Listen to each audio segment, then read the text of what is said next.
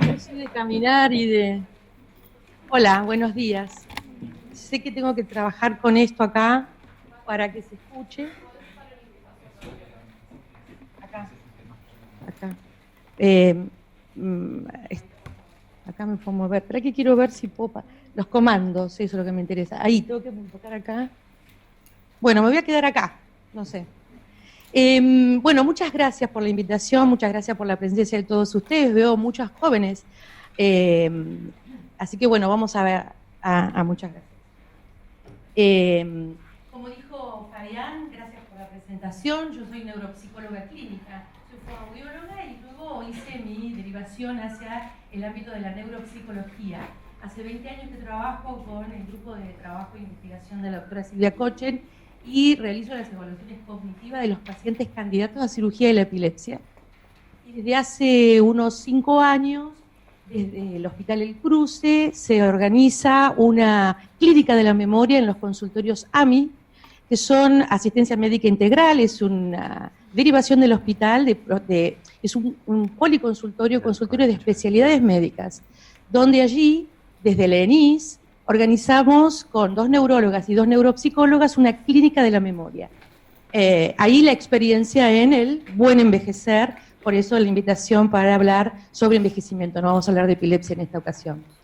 En los consultorios AMI nosotros recibimos a los pacientes derivados, son una cápita del PAMI, población adulta mayor, con unas características muy particulares de Florencio Varela y alrededores, y los pacientes son derivados por sus médicos de cabecera, son orientados a neurología cognitiva o neurología general, y en neurología cognitiva ingresan a la clínica de la memoria. ¿Qué es la clínica de la memoria?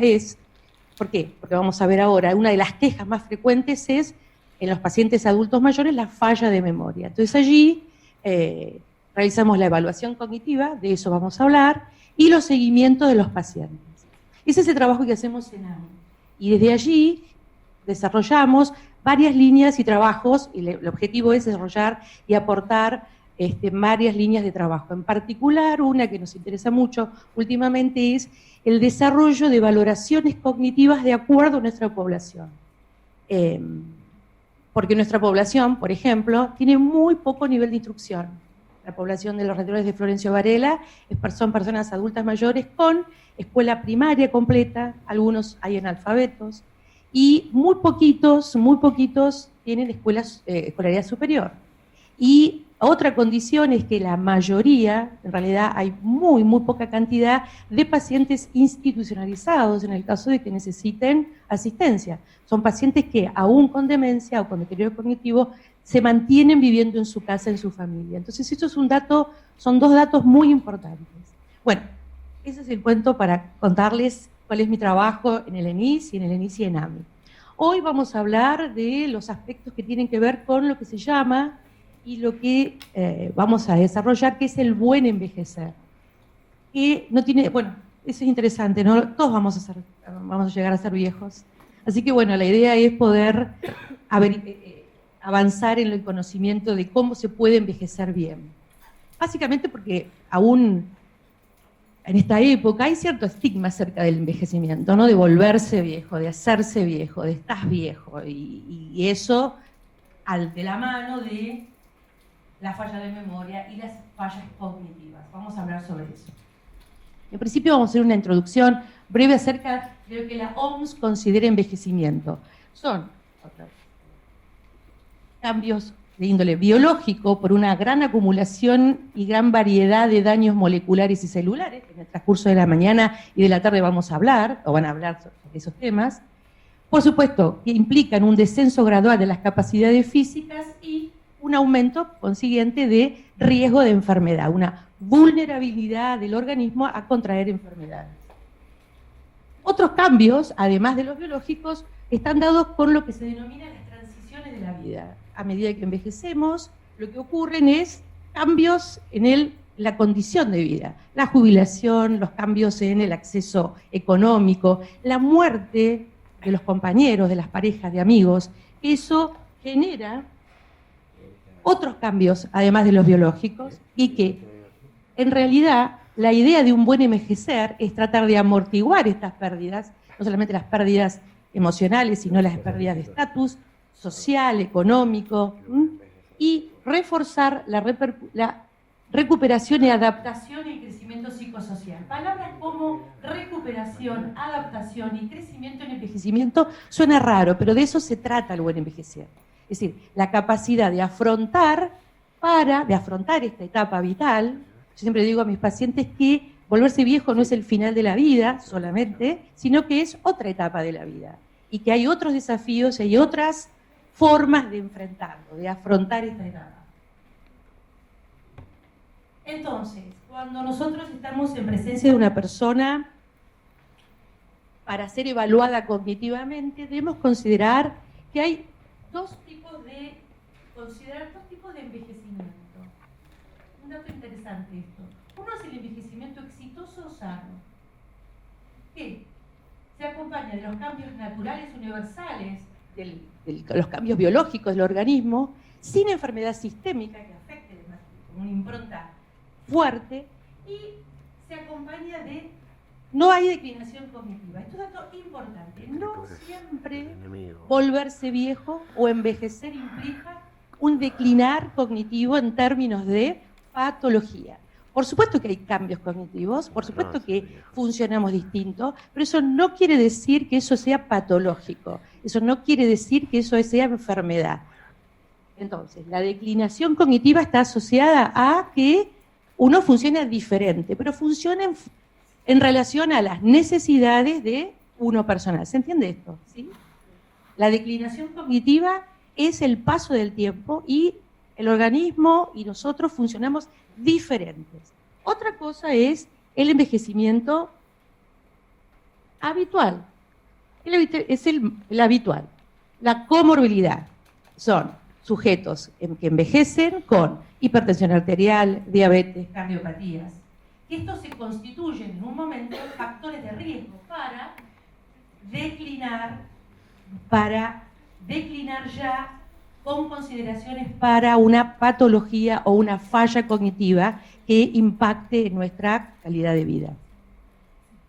Lo que hablamos cuando hablamos de cambios son de los síndromes geriátricos, que no hay que no hay que desestimarlos, ¿no? Esto ocurre en el envejecimiento habitual. Son la pérdida de audición, cataratas, dolores, artritis, neumopatías, diabetes, depresión, hipertensión, demencia.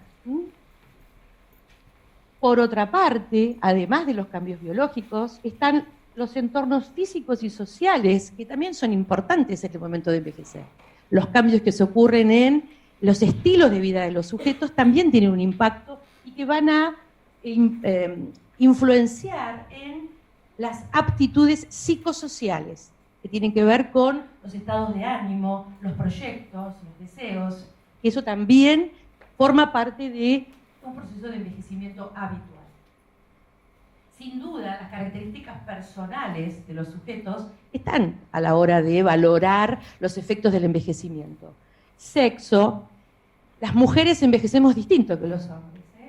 Nosotros lo vemos eso desde el punto de vista de los estilos de vida, de los estilos, eso se juega muchísimo y es muy interesante cómo los estilos de vínculos de pareja o vínculos familiares, un paciente varón, patriarca, dueño, o sea, que forma parte tiene una impronta muy importante de su familia que comienza a declinar o a enfermarse, vive esto de una manera totalmente diferente, su familia lo vive diferente, mientras que la mujer también, ¿no? De otra manera, la mujer es para ser cuidada, los hombres es más complicado de cuidar o, en todo caso, de dejarse cuidar. Entonces, esto es un dato también importante a considerar en el momento de los cambios que ocurren en el envejecimiento.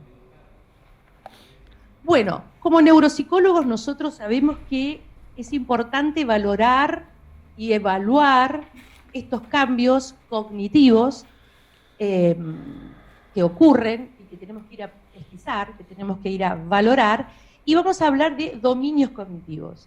Los dominios cognitivos son 5 a valorar: memoria, lenguaje, atención, función ejecutiva, y consideramos como un dominio cognitivo, pero no, que es la conducta. Estas son algunas de las quejas que habitualmente ocurren en los consultorios, ¿no? No sé dónde dejo las cosas, no me acuerdo los nombres de las personas, me olvidé dónde dejé el auto estacionado, no encuentro las cosas en mi casa, cambio las cosas del lugar y después me olvido. Los olvidos, las fallas de memoria caracterizadas como olvidos es la queja más habitual. Otra queja, un poquito menos, es la del lenguaje, pero aparece, no me salen las palabras, quiero decir una palabra y no me sale la palabra. Puede ser un sustantivo o puede ser un nombre de una persona. El tratamiento es distinto, ¿sí? El nombre de una persona es una convención y, bueno, las redes neuronales necesarias para archivar un nombre de persona involucran otras áreas que es distinto al de los sustantivos.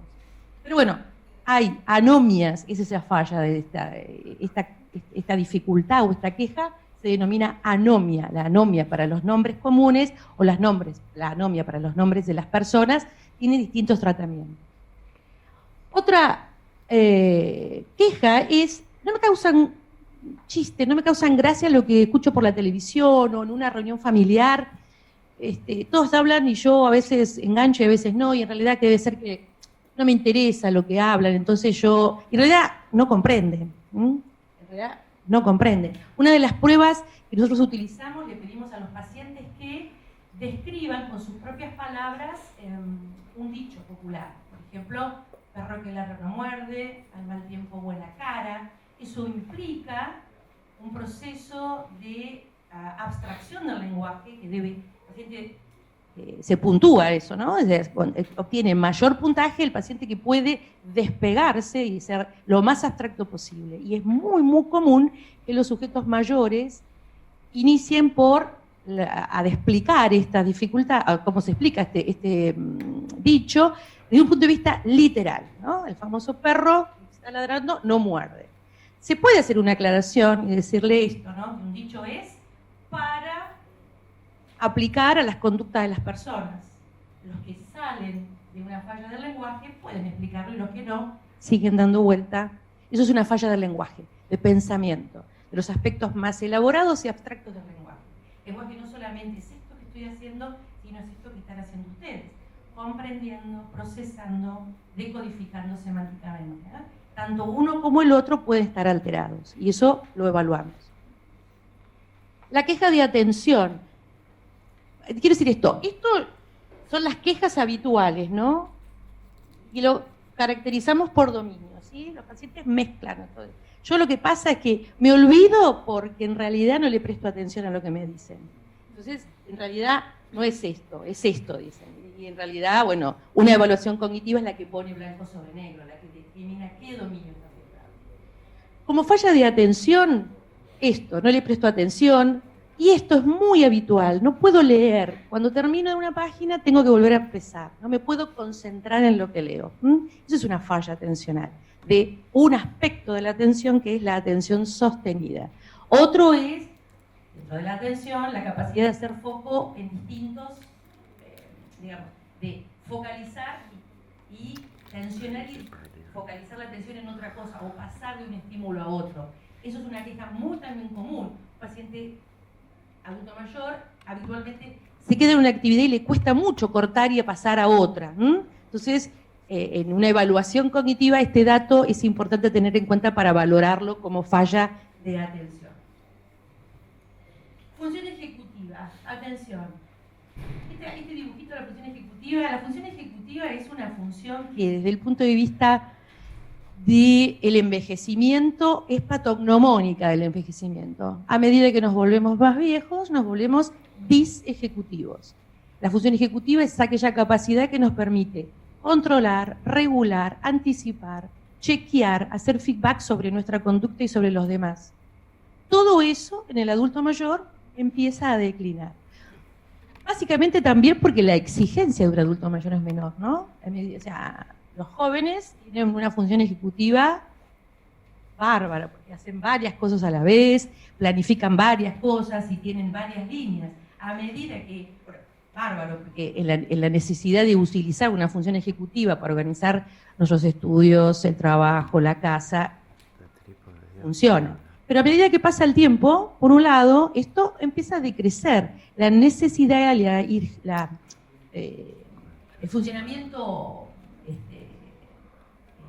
digamos, más exigente de esta función, con el envejecimiento no es tanto. Sin embargo, esto trae muchísima disrupción en la vida cotidiana de los pacientes. Yo recuerdo una paciente que decía, llegó a la cocina, bueno, y no sé a qué iba, ¿no? Entonces ella me contaba que su papá, esa persona de 80 años, le decía que a los que no le daban, qué suerte que a los que no le daban memoria, Dios, en este caso, le daba pie, porque el ejecutivo va y viene por la casa buscando cosas, ¿no? Llega a un lugar, vuelvo al lugar a recordar, vuelvo. Entonces, si no tenía memoria, por lo menos podía ir y recordar. Pero en realidad, el hecho es que la función ejecutiva, cuando comienza a fallar, aún en las personas jóvenes, genera mucha alteración de las cosas cotidianas, ¿no? Una persona disejecutiva realmente presenta muchas dificultades. Algunos pacientes adultos dicen, en realidad lo que me pasa es que yo no sé, pero no me puedo organizar. No me puedo organizar. Algunos pueden decir esto, y entonces estamos hablando y tenemos que investigar qué pasa con la función ejecutiva. Y final, como dominio no cognitivo, pero como dominio a evaluar, es la conducta. Esto es algo muy importante que lo vamos a desarrollar un poquito más adelante.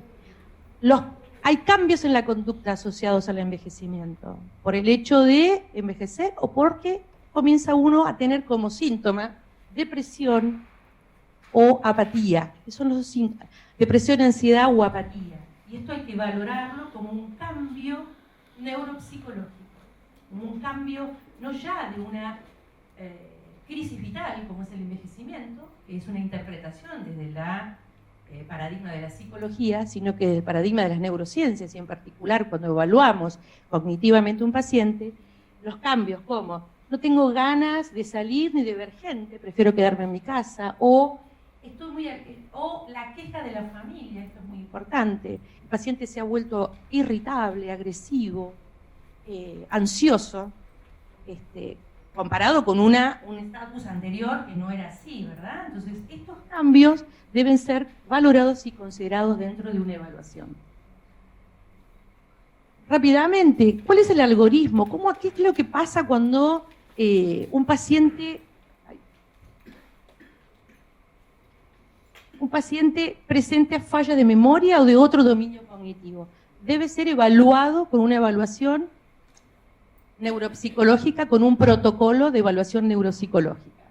Puede ser que de esta evaluación el paciente no tenga fallas cognitivas. ¿Y esto cómo es? Una evaluación cognitiva es utilizar una serie de test que el paciente debe realizar. El resultado, el desenvolvimiento de la prueba se transforma en un score que va a ser comparado en una base de datos con sujetos de su misma edad y nivel de instrucción. Una evaluación cognitiva es eso, es medir, es valorar rendimiento de un paciente expresado en un score obtenido en el desarrollo de una prueba con población control, organizada por grupo etario, por edades y por nivel de instrucción. Entonces, el paciente no tiene una falla cognitiva. Su rendimiento es, desde el punto de vista estadístico, estándar o normal. Promedio, perdón. Entonces estamos en presencia de una queja subjetiva de memoria. Y esto es muy importante porque da cuenta de cómo el paciente afronta estos cambios. El afrontamiento al cambio, a las modificaciones de los rendimientos, particularmente de la memoria. El paciente viene y se queja. Yo le digo, bueno, mire, su rendimiento está bueno, está bárbaro, entonces muy lindo todo, pero yo tengo problemas de memoria, me olvido. Es la queja personal y subjetiva que hay que atender porque esto genera un ciclo de frustración, de descontento, que lleva a los aspectos conductuales que no debemos tocar, digamos, ¿no? La depresión o la desmoralización, digamos, acerca de los rendimientos que uno percibe de sí mismo, es importante atender. Entonces, la queja subjetiva de conducta, que deviene de una evaluación cognitiva normal, sin déficit, es importante de atender para generar y ayudar a este paciente a afrontar estos cambios de la mejor manera posible. ¿Cómo? Explicando lo que pasa, dándole estrategias, ayudándolo a resolver las situaciones que se le plantean como dificultad. El otro escenario es que la falla, la queja, sí. Desde el punto de vista estadístico, desde el punto de vista de la evaluación, el paciente está deficitario, el paciente tiene una evaluación anormal. Sí, está comparado con su población control y en un déficit. El siguiente aspecto que hay que valorar es que si este déficit tiene impacto funcional. ¿Qué quiere decir esto? Si las fallas que pudimos objetivar en una evaluación le provocan al paciente dependencia o pérdida de la autonomía en las cosas de todos los días. Si este impacto funcional no tiene impacto funcional, si valoramos con el paciente y el familiar que no hay un impacto funcional, que el paciente hace sus cosas, mantiene sus rutinas y hace cosas solo y se puede autovaler, estamos en presencia de, podemos llegar al diagnóstico de deterioro cognitivo leve. El deterioro cognitivo leve es una entidad que está caracterizada por esto, por una falla objetivable desde el punto de vista estadístico sin impacto funcional. Es acá donde nosotros debemos, como neuropsicólogos trabajamos con el envejecimiento, comenzar a planificar y a trabajar con este paciente, porque este deterioro cognitivo leve, entre 3 y 5 años, es probable que modifique, eso es el reporte de la bibliografía, hacia una demencia, o se quede ahí, desde el punto de vista evolutivo, ¿no? Es decir, entonces es aquí donde tenemos que empezar a trabajar y a generar mejores condiciones de afrontamiento desde la enfermedad para curar, para mantener, no, pero sí para disminuir el impacto funcional y hacerlo al paciente lo más autónomo e independiente posible. El otro escenario, con déficit en el examen cognitivo, impacto funcional, estamos en presencia de una demencia con un grado que vamos a valorar después. Esto es un dato interesante. Miren, el 70% de sujetos normales con más de 70 años tienen queja. Su queja es la memoria. La memoria es bastante sobrevalorada, yo diría, ¿no? Todos queremos tener la memoria de siempre, cuando yo me acordaba de todo, quería que yo era el que me acordaba de los cumpleaños de toda la familia, yo me acordaba de absolutamente todo y ahora no. Entonces, bueno, desde eso a, bueno, cosas más serias, cosas realmente, episodios que no se recuerdan, maneras de funcionar en consecuencia que dan cuenta de una falla de memoria. Es el amplio espectro de la queja de la memoria, de querer tener la memoria de siempre a fallas certeras, ¿no? de esa dificultad de retener información a mediano o corto plazo. Esa es el gran bolsa de falla de la memoria. De los que consultan, miren, el 60% tienen exámenes cognitivos normales, queja subjetiva de memoria, ¿verdad? El 20% son estados depresivos o de ansiedad. Eso es un dato importante también. Cómo las afectaciones de la conducta impactan en el rendimiento cognitivo. Y solo el 20% pueden considerarse como inicios de procesos degenerativos o de enfermedad. Vamos a hablar de los olvidos, ¿no? Esa gran bolsa, digamos. Este es un lindo diagrama donde le ponemos olvido B, que se llama olvido benigno, en este caso. ¿Por qué? Porque el que viene a la consulta es el paciente y dice, yo me olvido de todo. Es esto, ¿no? La percepción que el paciente tiene, el sujeto tiene de su propia memoria. Y está mal, y quiere estar bien, y como antes. Cuando se consulta a la familia o vemos el entorno, no solamente familia, sino el entorno, el paciente funciona bien, es autónomo, es independiente. Pero es que la queja es del paciente. Y aquí aparece esto, ¿no? Cómo el paciente se percibe y cómo puede afrontar estos cambios. A este paciente hay que ayudarlo, a este paciente hay que orientarlo, y a este paciente hay que seguirlo también, ¿no? Mientras el otro otra queja, el olvido M, el olvido malo, digamos, el olvido que es un olvido más complejo, es lo contrario, tenemos los dos, ¿no? Entonces, la queja, no hay queja del paciente. Cuando uno le pregunta, ¿qué viene? No sé, me trajeron, me mandaron, me acompañaron, bueno, no sé, vengo porque yo para que mi mujer o para que mi hija me deje de hinchar, vengo. Pero en realidad, no, todo bien. Y en realidad, el entorno, la familia, comenzó a valorar y observar que estos cambios ya son diferentes a olvidos pequeños, o que hay otros dominios cognitivos afectados además de la memoria, ¿no?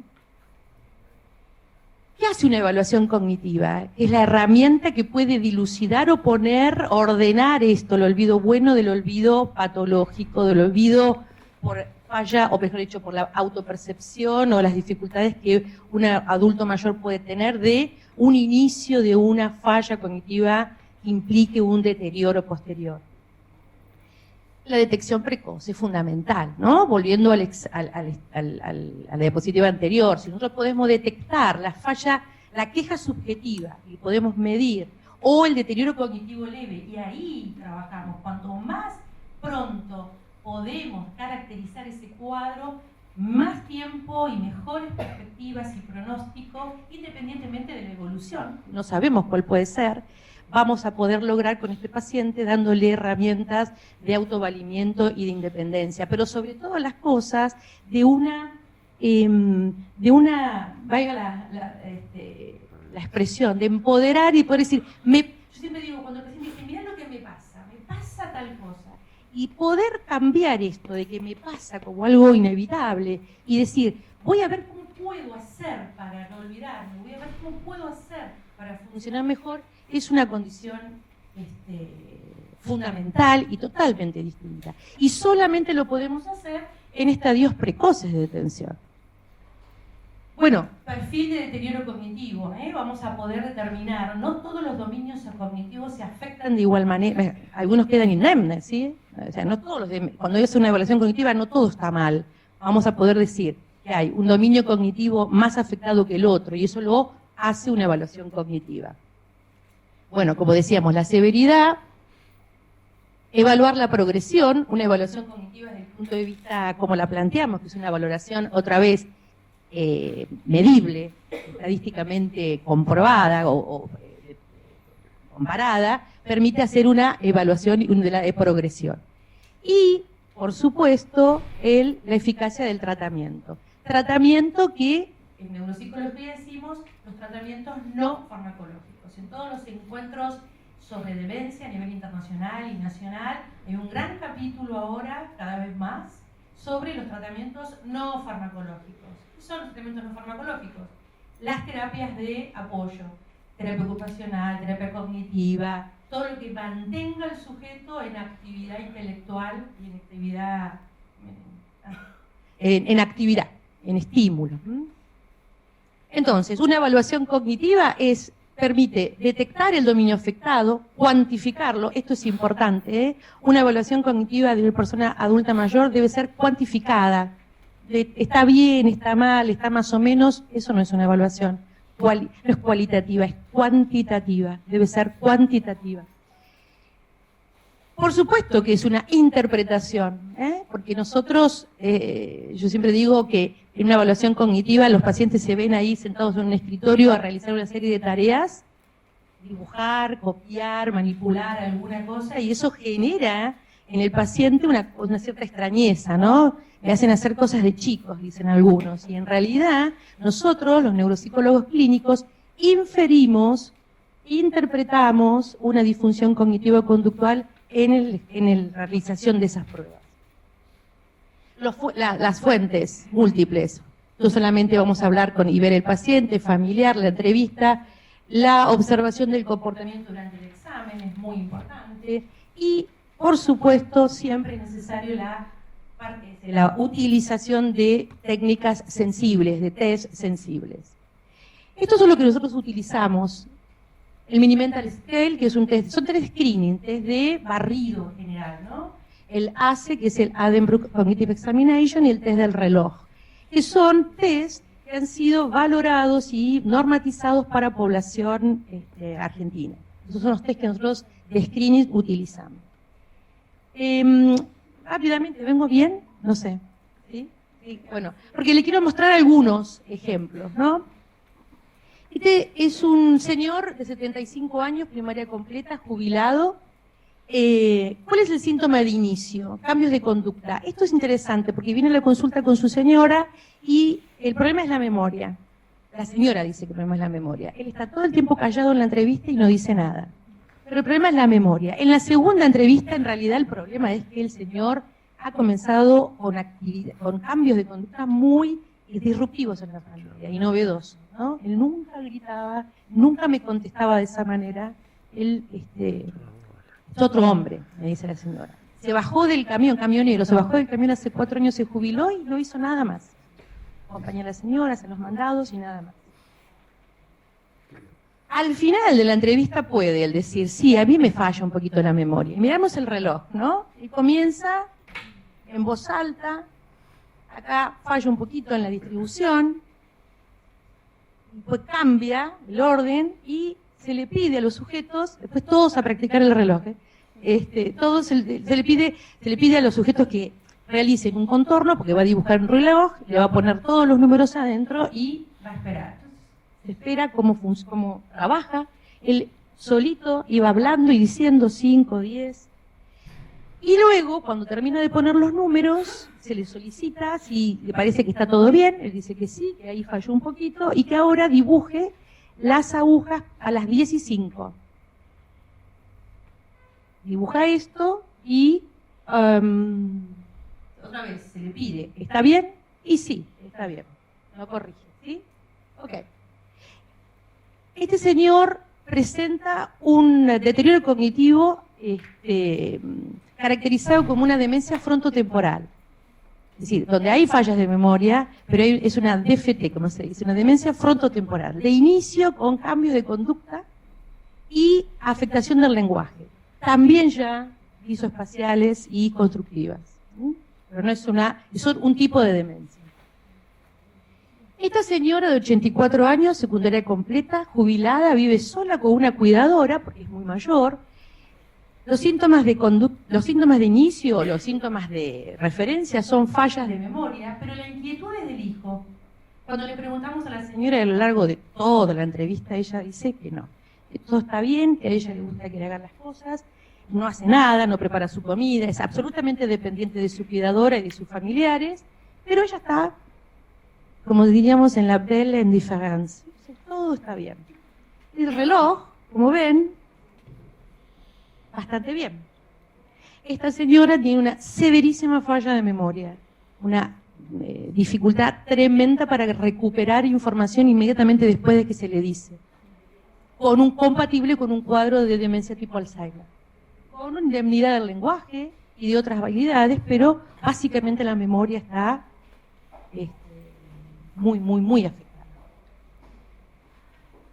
Esta señora de 73 años, secundaria completa, trabaja, maneja su auto, trabaja en una dependencia de aquí, es de La Plata, vive con su hijo, fallas de memoria y depresión, está desganada, viene a la consulta con su hermana, pero es la hermana la que refiere que su hermana es otra, que ya no se arregla como antes, que no tiene alegría, que está mal, que está triste, que come mal, que se come galletitas, no se prepara la comida, solamente prepara la comida para el hijo, pero si es por ella no cocinaría. Esto es algo.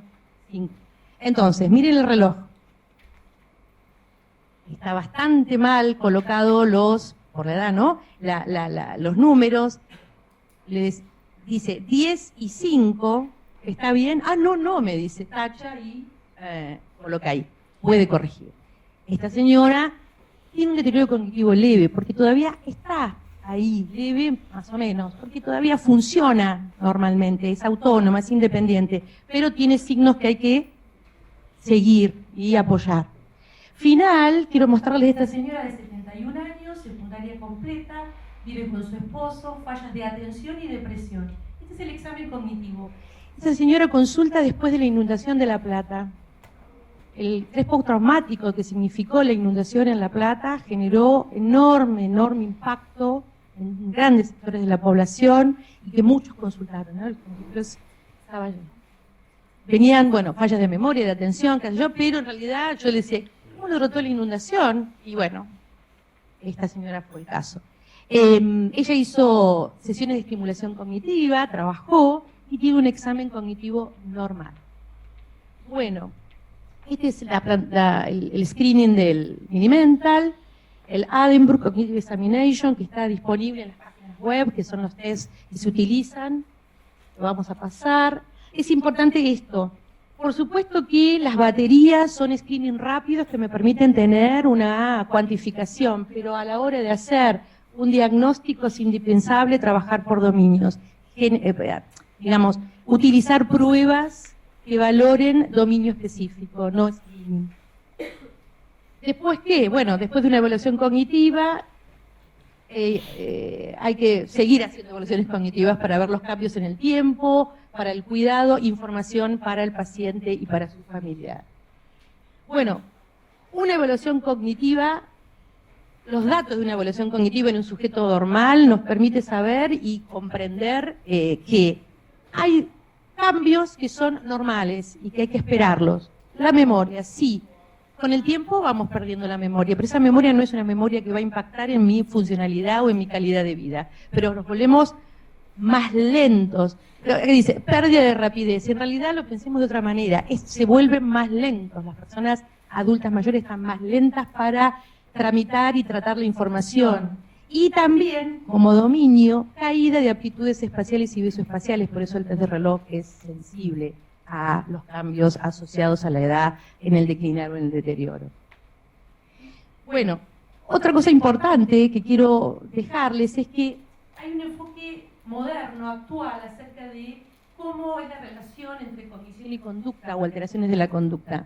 Antes pensábamos que había una lesión o una falla neurológica que ocasionaba deterioro cognitivo o déficit, y eso, como cadena, alteraciones de la emoción, vamos a decir. El enfoque actual es distinto. Una lesión o una anoxia neurológica puede traer fallas cognitivas como atencionales, y que obviamente estas dos se mutuo relacionan, se mutuo implican y se regulan, digamos. Pero tanto una anoxia puede afectar a dominios cognitivos como una alteración de la conducta. Alteración de la conducta, que una de las más, y eso ya termino, que tiene que ver con la depresión, que es una de las más frecuentes, ¿sí?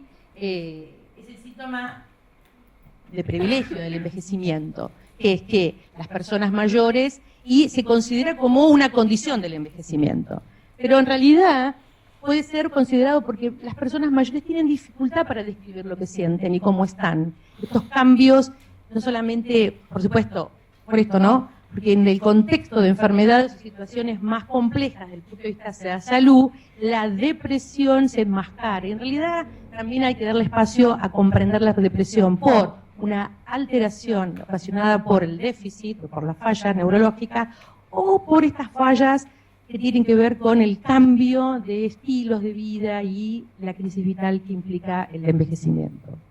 La depresión está asociada siempre a faltas de concentración, alteraciones de la memoria y cognitivas en general, pérdida de intereses, abandono, ¿no? Es un cuadro muy común y es una valoración neuropsicológica o un neuropsicológico experto que puede discriminar una consulta cuánto es de una cosa y de otra. Bueno, el buen envejecer, hay múltiples maneras de envejecer, ¿no? Como personas, como intereses. Y como mensaje es este, ¿no? Úselo, se pierde. Yo pensaba que iba a haber platea un poco mayor, pero en realidad les quiero a los jóvenes que están aquí transmitirles esto para, bueno, esto quiere decir, cuanto más uno estimula, cuanto más uno está en esfuerzo cognitivo, siempre digo a los pacientes, el envejecimiento es la bienvenida al esfuerzo cognitivo. Las cosas cuestan más, pero salen. Cuando uno se esfuerza para pensar, para recordar, para encontrar las palabras, para resolver o llegar a un lugar, cuanto más esfuerzo, más resultados. Y teniendo en cuenta la platea, se me escuela contarles, Jacob Stern es un neuropsicólogo norteamericano que trabaja en Columbia University, que trabaja hace muchos años en el concepto de reserva cognitiva. Estuvo hace unos años en un encuentro de la SONEPSA, la Sociedad Argentina de Neuropsicología, y él contó un episodio que estando en su trabajo, unas chicas de una revista de teenager le pidieron una entrevista para hablar de reserva cognitiva, ¿no? ¿Qué es la reserva cognitiva? La reserva cognitiva es todo lo que hacemos en nuestra vida y que se constituye en un momento como reserva, lo que estudiamos, lo que trabajamos, lo que hacemos, y que a la hora de la enfermedad nos permite hacer mejor frente a la enfermedad. No es que nos vamos a enfermar, pero tenemos mejor capacidad de resistir a la enfermedad. Ese es el concepto general, ¿no? Pero os invito a leer porque es muy, muy interesante. Entonces él le preguntó a las chicas cuál era la motivación de ser tan jovencitas y venir a hablar sobre eso en la revista de la universidad o de la escuela. Entonces la editora de la revista le dijo que, entendiendo lo que había leído sobre reserva cognitiva, era necesario transmitir a sus compañeros que la reserva cognitiva es a los 15 que empezar a tenerla, no a los 60 o a los 70. A los 15, a los 13, ahí es la reserva. Hay que estudiar, hay que terminar los estudios, hay que esforzarse, hay que aprender otra lengua, hay que involucrarse socialmente con su comunidad, con su escuela. Entonces, el mensaje era que la reserva cognitiva hay que empezar a hacerla cuando somos jóvenes para poder estar mejor parados a la hora de que nos llegue el envejecimiento. Bueno, muchas gracias.